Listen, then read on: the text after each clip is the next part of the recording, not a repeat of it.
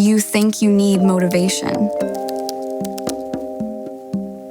You don't. What you need is about to make every motivational video you've ever watched feel like a lie. Motivation is a visitor that shows up when you feel good, when the sun is shining, when everything's easy. But discipline? Discipline is the force that drags you out of bed at 5 a.m. when it's dark, cold, and nobody's watching. Every winner you admire, the champions, the CEOs, the elite operators, they don't wake up inspired every day. Here's what nobody wants to admit. You're not tired. You're undisciplined. You're not burnt out. You've built zero tolerance for discomfort. And until you accept that, nothing will change. Society sells you balance, like it's the gold standard. Work a little, relax a lot, treat yourself. That works if your goal is to be average. But greatness doesn't care about balance. Greatness is obsession with a purpose.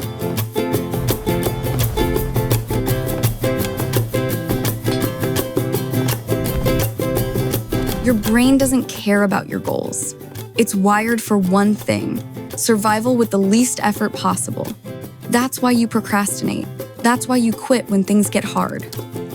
Your brain thinks it's protecting you from danger, but in reality, it's protecting you from greatness. There's a part of your brain right behind your forehead that controls discipline. When you're rested and focused, it's in charge. But when you're tired, stressed, or emotional, it literally starts shutting down. Parts of it go to sleep while you're still awake. That's why you break your own rules at the end of a long day. That's why your worst decisions happen when you need discipline most. But here's where everything changes. Discipline isn't about fighting this system. It's about rewiring it. And the fastest way to do that isn't through habits or routines. It's through identity. When you see yourself as someone trying to be disciplined, you're already lost. You're negotiating with yourself. But when you become the person who doesn't break their word, everything shifts. The decision is already made. Think about it. A non-smoker doesn't fight the urge to smoke. It's not even an option. That's the level of discipline we're building where breaking your standards feels as foreign as betraying yourself. Because that's exactly what it would be. Elite military units discovered something crucial. Discipline dies in negotiation. The moment you start debating with yourself, should I? Shouldn't I? Maybe just this once? You've already lost. That's why they use what's called the zero option rule. Some actions are simply non-negotiable, not because someone's watching, but because the consequence of breaking them is immediate and severe. You need the same. When you say, I work on my craft from 8 to 11, no exceptions, that's not a suggestion you made to yourself. That's a command. The decision was made when you were strong, so you don't have to make it when you're weak. Now, here's the psychological weapon that makes this permanent.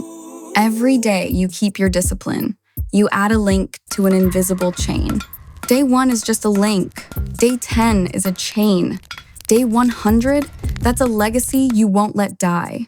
Humans are wired to protect progress they can see. We hate losing something we've built more than we love gaining something new. So when temptation hits on day 101, you won't think, I want to break my rules. You'll think, I'm not destroying 100 days of proof for one moment of weakness. But here's the critical part. Only perfect execution counts. A half-disciplined day doesn't add a link, it weakens the entire chain. This isn't about being harsh. It's about building something unbreakable. Most people think they lose discipline because they're weak. Wrong. They lose discipline because they're empty. Your discipline runs on energy, like a car runs on fuel. And most people are running on fumes by noon. This isn't just mental, it's biological. Low blood sugar makes you impulsive. Dehydration cuts your processing speed. Poor sleep destroys emotional control. You can't willpower your way through biology. The solution? Treat your energy like a bank account. Every decision withdraws from it. Every distraction drains it. Every negotiation with yourself burns through it faster. So you pre-decide everything possible, you automate the small stuff, you protect your energy for the moments that actually matter. But here's what separates those who last from those who break. You have to train for chaos before chaos finds you. Because discipline that only works when you're calm and rested isn't discipline, it's luck. When everything goes wrong, when the pressure spikes, when you're exhausted, when every cell in your body wants to quit, you need a protocol that kicks in automatically. A simple sequence. Stop, breathe, assess, execute.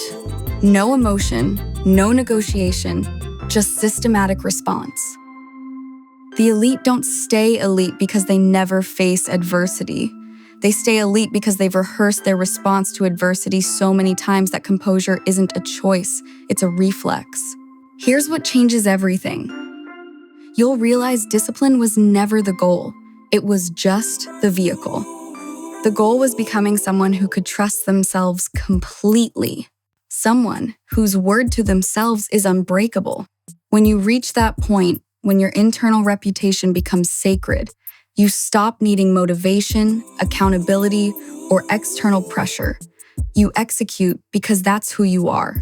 Breaking your word becomes as unthinkable as forgetting your own name. The world is full of people who were almost great, who learned the tactics, felt the fire for a while, then let themselves drift. They didn't fail because they were beaten. They failed because they stopped showing up. You won't be one of them. Not because you're special, not because you're motivated, but because from this moment forward, you're going to stop trying to be disciplined and start being the person who simply doesn't break. The choice is yours, but now you can never say you didn't know how. Discipline is freedom. Start today. Wait. Before you click away, before you tell yourself, that was interesting, and go back to scrolling, there's one more thing. The thing that will determine whether you actually use any of this or whether you'll be watching another video just like this one next year, still searching, still stuck. Here it is. The moment you finish watching this, your brain will try to protect you from change. It will whisper, "Start tomorrow." It will say, "You need to plan first." It will find 100 reasonable excuses why right now isn't the right time. That voice, that's the sound of your old identity fighting for survival, because it knows that if you take even one small action in the next 60 seconds, just one, everything changes. The chain starts.